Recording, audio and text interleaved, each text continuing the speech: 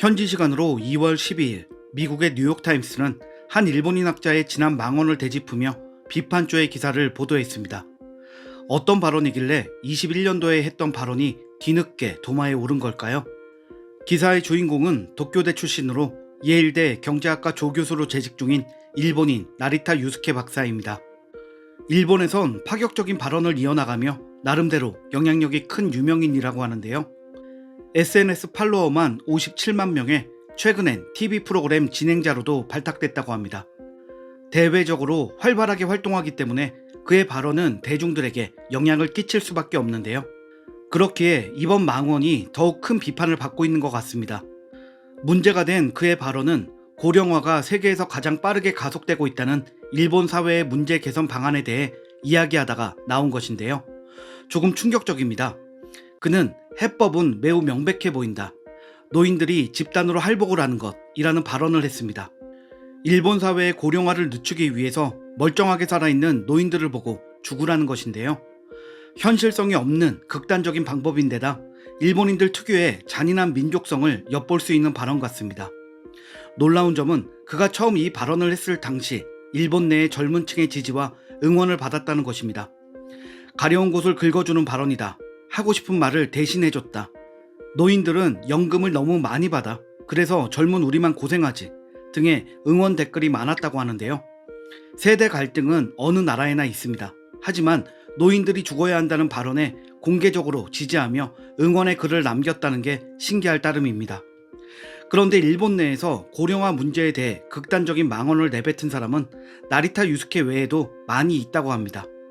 과격파 한 명의 돌발 발언인 게 아니라 노인들을 겨냥한 극단적인 발언이 이미 만연하다는 건데요.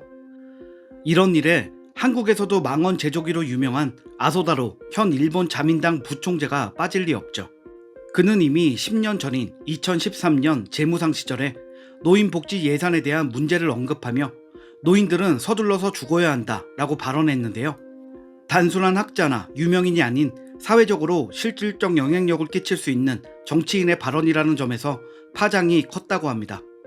실제 일본이 지난해 국가 예산을 운용한 내역을 살펴보면 33%가 사회보장비, 즉 복지 예산으로 쓰이는데요.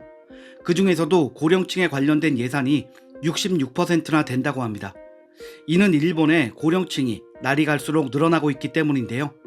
일본은 전 세계에서 65세 이상의 고령층 비중이 가장 높은 나라입니다. 전체 인구의 약 29%를 차지하고 있는데요. 22년 기준으로는 75세 이상의 고령층이 처음으로 전체 인구의 15%를 넘겼다고 합니다. 65세 이상의 고령층은 29.1%, 75세 이상의 고령층은 15.5%로 일본 인구가 빠르게 늙어가면서 고령층 사회보장 비용에 대한 부담도 커지고 있는 상황이라고 합니다. 일본에서는 이대로 가다가는 2040년엔 국가 예산 대부분을 고령층의 사회보장비로 써야 할지도 모른다는 예측도 나오고 있다는데요. 세계에서 가장 빠른 고령화로 인해 우리 돈으로 705조 원은 노인연금으로 660조 원은 의료비로 써야 할 것이라는 전문가들의 우려가 이어지고 있다고 합니다. 이런 상황이라면 분명 대책이 필요하긴 하겠죠.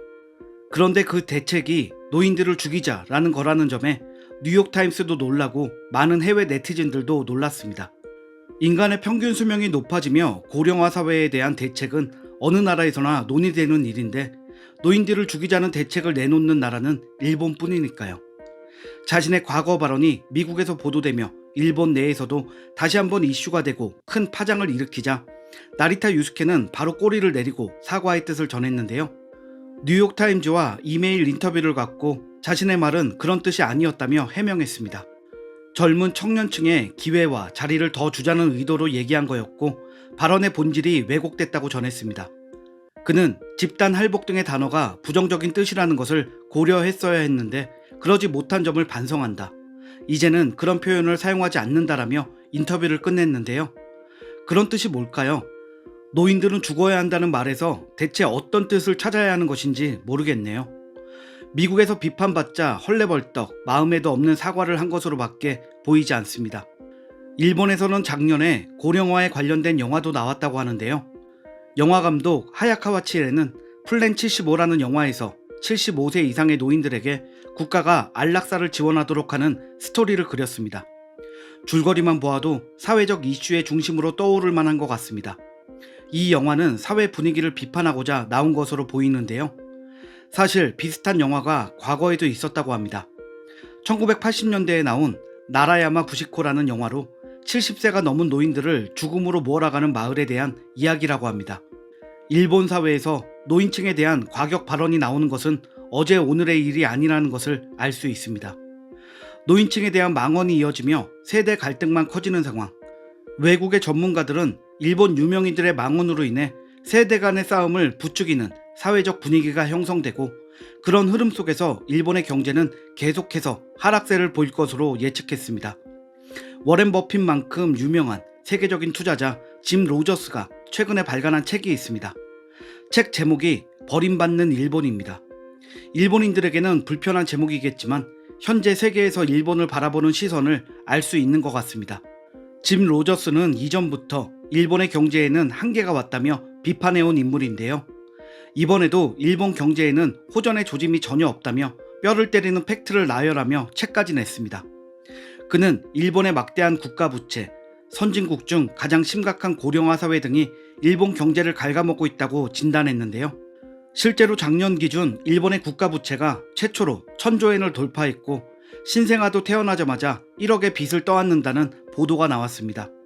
짐 로저스는 이런 점을 꼬집으며 일본 국민들에게 스스로 생존을 위한 해법을 찾으라는 조언을 했다고 합니다.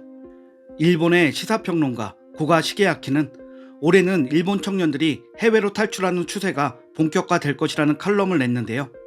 실제로 호주 정부에 워킹 홀리데이 비자를 신청한 일본인이 최근 1년 새 2배 넘게 늘었다고 합니다. 노인들을 죽이자라는 극단적인 방법이 현실화될 리가 없으니 스스로 외국에 나가는 해법을 택한 것으로 보이는데요. 현실성도 없고 인류에는 전혀 느낄 수 없는 노인층 집단 할복 같은 대책보다는 차라리 그게 낫겠습니다. 사실 고령화 문제는 일본만의 문제가 아닙니다.